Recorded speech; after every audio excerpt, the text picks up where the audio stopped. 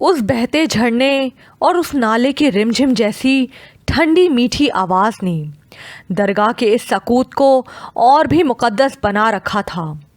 2-3 دن سے رات کو چونکہ سردی کی شدت میں اضافہ ہو جاتا تھا، لہٰذا اس بہتے پانی پر شفاف سی برف کی شیشے نما تہ سی بن جاتی تھی، جو دن نکلنے اور دھوپ چڑھنے پر دھیرے دھیرے پگھل کر پھر سے اسی رواں پانی کا حصہ بن جاتی تھی۔ اس وقت بھی شیشے جیسی برف کی وہ پتلی سی تہ درمیان سے ٹوٹ کر پانی بن چکی تھی اور کناروں پر بچی اس کی باقیات قطرہ قطرہ پگھل رہی تھیں۔ میں نہ جانے کتنی دیر سے برف اور پانی کا یہ کھیل دیکھ رہا تھا کہ اچانک میرے قریب بشیرے کے کھنکارنے کی آواز نے مجھے چونکا دیا۔ وہ اور اس کی بڑی مالکن نہ جانے کب سے وہاں کھڑے تھے۔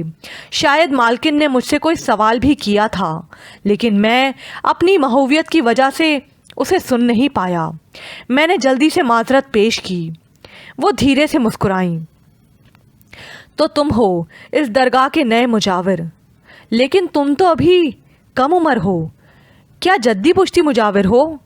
نام کیا ہے تمہارا؟ عبداللہ۔ میں نے ان کے سوال کے پہلے حصے کا جواب دینے سے گریز کیا۔ انہوں نے بھی دوبارہ اصرار نہیں کیا اور بولی، اچھا عبداللہ، تمہیں کچھ خدمت سر انجام دینا ہوں گی۔ ہمارا ہر جمعرات کو یہاں آنا ممکن نہیں، لہٰذا پچھلے خدمت گار کی طرح اب تمہیں کو ہر جمعرات یہاں نیاز بانٹنے کا انتظام کرنا ہوگا۔ بشیر تمہیں ساری تفصیل بتا دے گا، کوئی مشکل ہو تو پوچھ لینا۔ جی بہتر۔ وہ پلٹ کر جانے لگی، پھر انہیں جیسے کچھ یاد آیا۔ اتنے میں دور کھڑی کبوتروں کو دانہ ڈالتی لاریب بھی ہاتھ جھاڑ کر ہماری جانب بڑھائی۔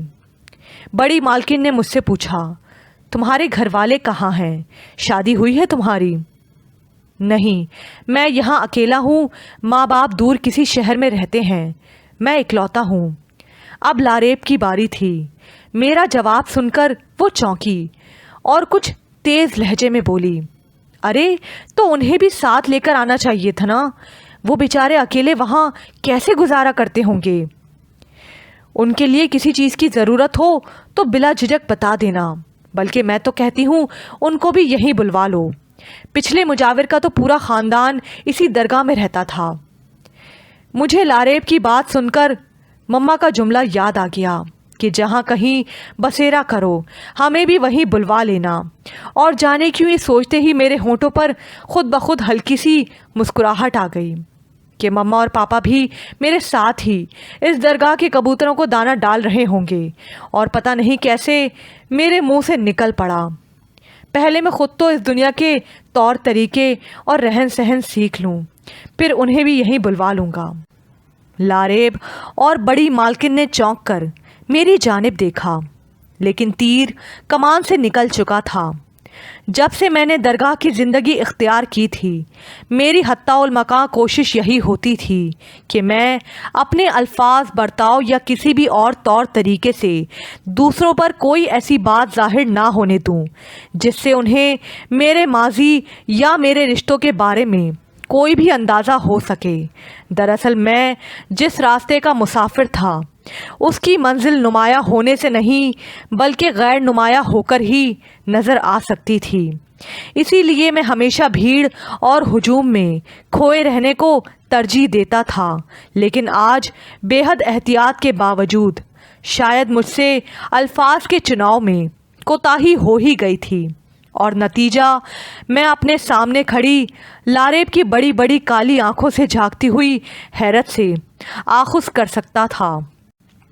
وہ کچھ دیر تک غور سے میری جانب دیکھتی رہی۔ سورج کی ایک کرن اس کی نازک سی ناک میں پڑے کوکے سے منعکس ہو کر اس کے گلابی چہرے پر نور کا ایک سنہری ہالہ سا بنا رہی تھی۔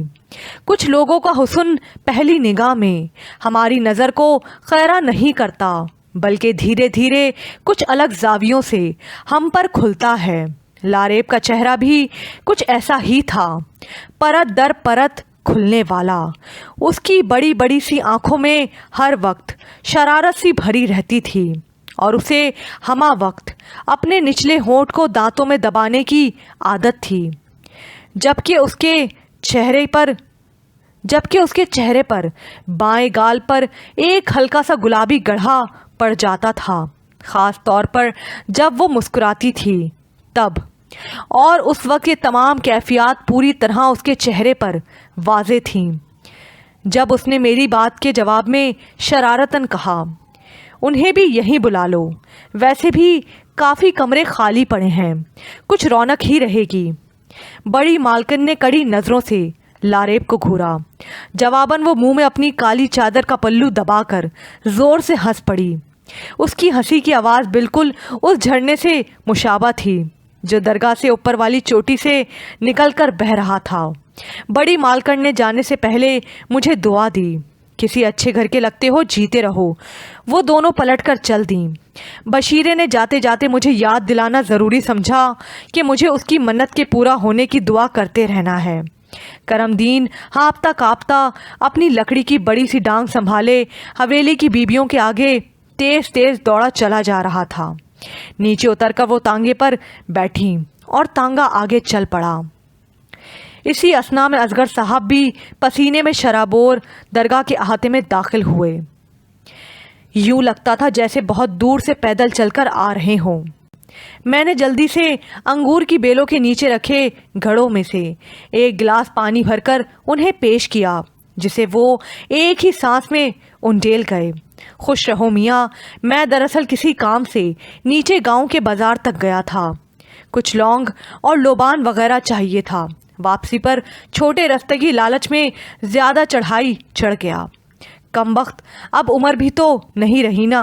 اصغر صاحب حسب معمول بات کرتے وقت اپنے گلے میں پڑے اس سرخ دھاگا نما تعویذ سے کھیلتے رہے جو میں پہلے دن سے ان کے گلے میں مضبوطی سے کسا ہوا دیکھ رہا تھا۔ کبھی کبھی تو اس دھاگے کی سختی اور ان کے گلے میں پڑے سرخ نشانات دیکھ کر مجھے الجھن سی ہونے لگی تھی کہ آخر اتنا کس کر دھاگا گلے میں باندھنے کی کیا ضرورت تھی کہ خواہ ہی انسان خود کو اذیت میں ڈالے رکھے۔ لیکن ایک بار پھر ان سے کچھ پوچھتے پوچھتے رہ گیا۔ شاید یہ دھاگا بھی ان کی اسی منت کا ہی کوئی تسلسل تھا۔ مجھے گہری سوچ میں پڑا دیکھ کر وہ ہلکے سے مسکرائے۔ میں جانتا ہوں تمہارے ذہن میں ہمہ وقت میرے متعلق بہت سارے سوالات مچلتے رہتے ہیں، لیکن تمہاری یہی عادت مجھے سب سے زیادہ اچھی لگتی ہے کہ تم کبھی چاہ کر بھی اپنے دائرے سے باہر نہیں نکلتے اور ہمیشہ غیر ضروری سوالات سے اجتناب کرتے ہو، اور یہی تمہارے گہرے اور اعلیٰ ظرف کی نشانی ہے۔ میں نے غور سے ان کی جانب دیکھا۔ پتہ نہیں کیوں مجھے ایسا لگتا ہے کہ آپ کسی شدید درد کا شکار ہیں۔ جب کبھی آپ کو ایسا لگے کہ میں آپ کے کسی کام آ سکتا ہوں تو مجھے ضرور کہیے گا۔ اصغر صاحب نے چونک کر میری جانب دیکھا اور پھر مسکراتے ہوئے میرا کاندھا تھپ تھپا کر اپنے کمرے کی جانب بڑھ گئے۔ جبل پور ایک چھوٹا سا قصبہ نما گاؤں تھا جو چاروں جانب سے اونچی پہاڑیوں سے گھرا ہوا تھا، جن کی چوٹیوں کو شام ڈھلے عموماً بادلوں کی دھند ڈھک لیتی تھی، اور پھر رات گئے یا صبح سویرے کچھ دیر کے لیے ہلکی بارش ضرور ہوتی تھی۔ گاؤں کا واحد بازار قصبے کے وسط میں واقع تھا، جہاں ٹین کی چھتوں اور لکڑی کے بڑے بڑے پرانے دروازوں والی چند دکانیں بٹوارے سے پہلے سے ایستادہ تھیں، جن میں گندم، جو، گڑ، تیل اور دیگر راشن لیے بیٹھے دکاندار حیرت زدہ سی نگاہوں سے کسی اجنبی کو وہاں گزرتے ہوئے دیکھتے رہتے تھے۔ بازار کا لین دین زیادہ تر موسمی فصل کی بوائی اور کٹائی پر منحصر ہوتا تھا، اور انہی دنوں میں لوگ اپنے پرانے ادھار اتارنے اور ایک نیا قرض سر پر اناج کی بوریوں سمیت اٹھائے چلے آتے تھے۔ پھر بھی یہ سب لوگ خوش باش رہتے تھے، اور ان کی ہنسی میں ہنسی اور آنسوں میں آنسوں کا ذائقہ بھی خالص تھا۔ سچ ہے کہ زندگی الگ چیز ہے، زندہ رہنا الگ بات ہے۔ میں نے جبل پور کے لوگوں کو زندہ محسوس کیا تھا۔ ان کی نیند پرسکون تھی، اور صبح ان کے لیے دھوپ کی صورت میں سورج کا خنجر لیے وارد نہیں ہوتی تھی۔ قصبے کا واحد مالدار اوت متمول اور متمول گھرانہ کریم خان کا تھا، جن کی حویلی پورے گاؤں کی واحد اور باعث تکریم نشانی تھی۔ خود کریم خان کا دل بھی ان کے نام کی طرح بڑا تھا اور گاؤں کی نہ جانے کتنے گھرانے در پردہ ان کی اناج سے ہی چل رہے تھے۔ بیوی کی موت کے بعد ان کی زندگی کا مہر ان کی 2 بیٹیاں ہی رہ گئی تھیں۔ وہ بچیوں کو دل کا چھالا بنا کر رکھتے تھے اور ان پر سوتیلی ماں لانے کے بے حد خلاف تھے، لیکن سال بھر میں ہی انہیں اندازہ ہو گیا کہ لڑکیوں کی تربیت میں ایک خاص عنصر ان کی ماں کا بھی ہوتا ہے، جو ایک عورت کی موجودگی سے ہی پورا ہو سکتا تھا، لیکن ایسی عورت کہاں سے ملتی جو ان کی بیٹیوں کو ماں نہیں ایک سہیلی بن کر پالتی۔ آخرکار بزرگوں کی نظر کریم خان کی مرحومہ بیوی کے چھوٹی بہن سائمہ پر پڑی، جس نے ابھی تازہ 12ویں جماعت کا امتحان دیا تھا، اور وہ در حقیقت کریم خان کی دونوں بیٹیوں کی پسندیدہ خالہ بھی تھی۔ تب کریم خان کی بڑی بیٹی امینہ 7ویں جماعت میں تھی اور سکینہ نے ابھی 4تھی جماعت میں قدم رکھا تھا۔ یوں سائمہ اگلے مہینے ہی 2 کپڑوں میں بیاہ کر کریم خان کی حویلی میں چھوٹی مالکن سے بڑی مالکن کی گدی سنبھال چکی تھیں۔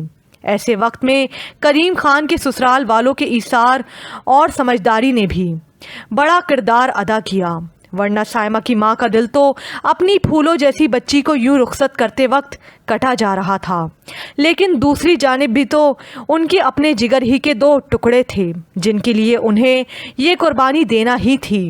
سائمہ بیاہ کر کریم خان کے گھر آ گئی اور پھر اس نے ماں کے نام کے ساتھ لگا یہ سوتیلی کے لاکھے کو کچھ اس طرح سے مٹایا کہ لوگ سوتیلی لفظ کو ہی بھول گئے۔ سائمہ نے دونوں بیٹیوں کی تعلیم پر خصوصی توجہ دی اور بڑی کو تب تک رخصت نہیں کیا جب تک وہ قریبی کالج سے BA کی فرسٹ ڈویژن کی ڈگری لے کر گھر واپس نہیں آ گئی۔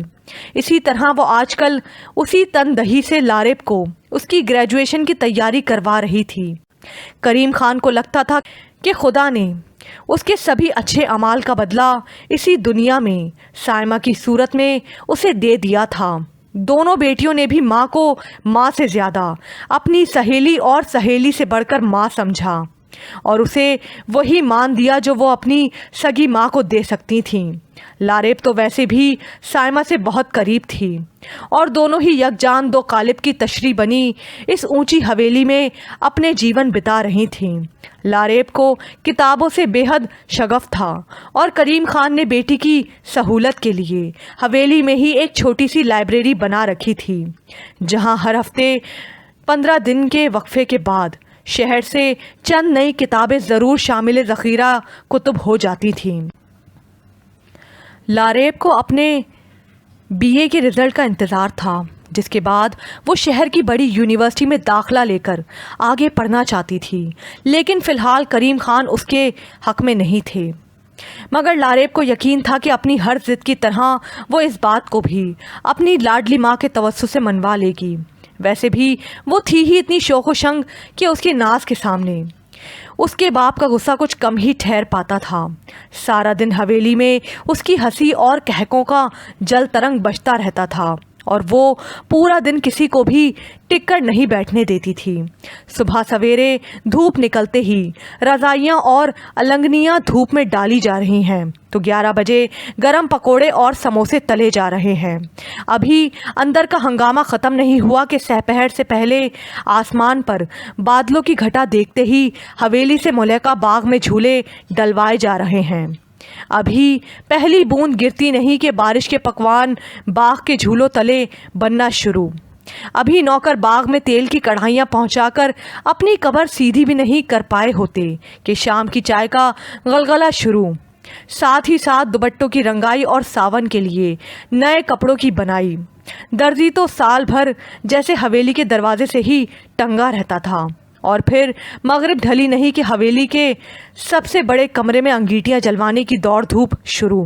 خشک میوے کی پراتیں فٹافٹ وہاں پہنچا دی جاتی اور پھر رات کے کھانے کے فوراً بعد گرم قہوہ، سبز یا کشمیری چائے بڑے بڑے فنجانوں میں وہاں کمرے میں پہنچا دی جاتی، اور پھر جب کریم خان باہر کے بکیڑوں سے فارغ ہو کر اپنی چہیتی بیٹی کے پاس آتے